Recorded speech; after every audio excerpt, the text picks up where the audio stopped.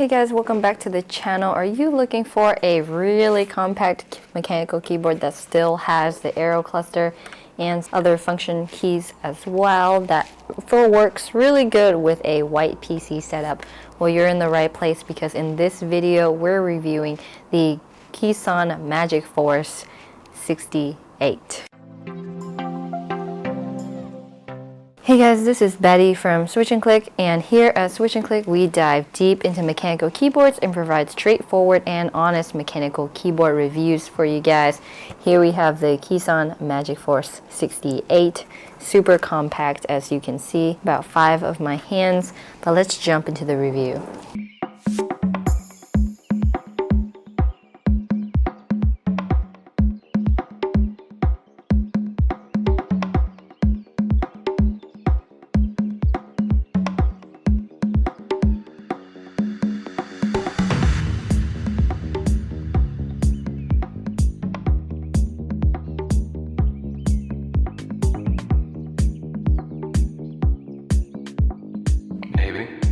Maybe not.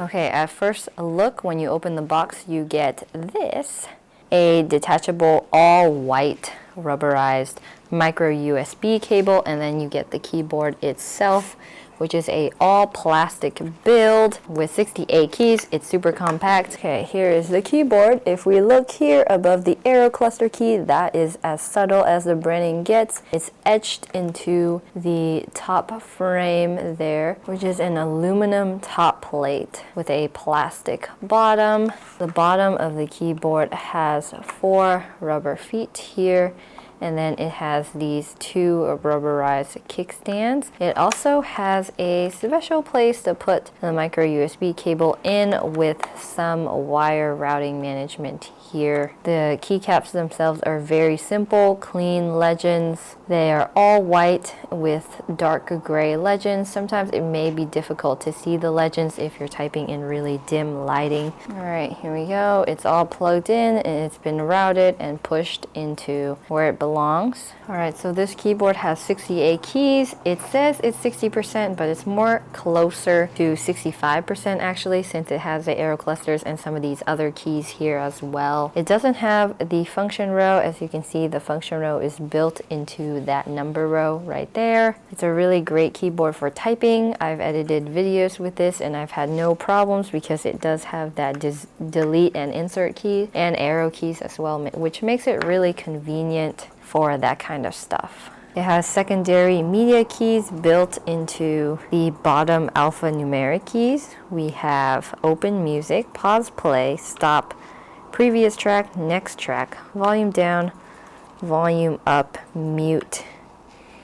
And then it also has print screen, screen lock, pause, home, and end built into some of those keys on the right side of the keyboard. It's super convenient to use, but there's no backlight. It features a floating keycap style design, and it has an ergonomic curve overall to facilitate ease of typing. The front of the keyboard is a little bit high, so it makes gaming or typing without a wrist rest a little bit difficult. When you're typing, you're supposed to be floating your hands over anyway, so that's not much of a big deal, but when gaming, it is. It has Otomu brown switches, and it is a little bit ringy due to the build,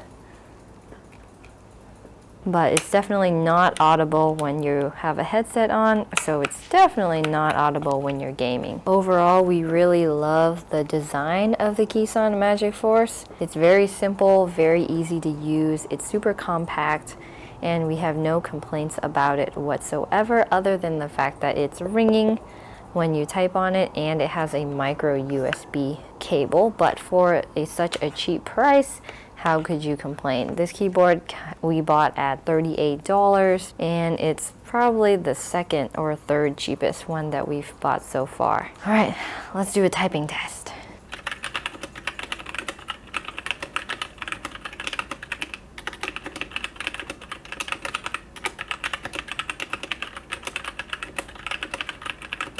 All right, that's it for the typing test. It is a bit ringy, as you can hear through the last clip.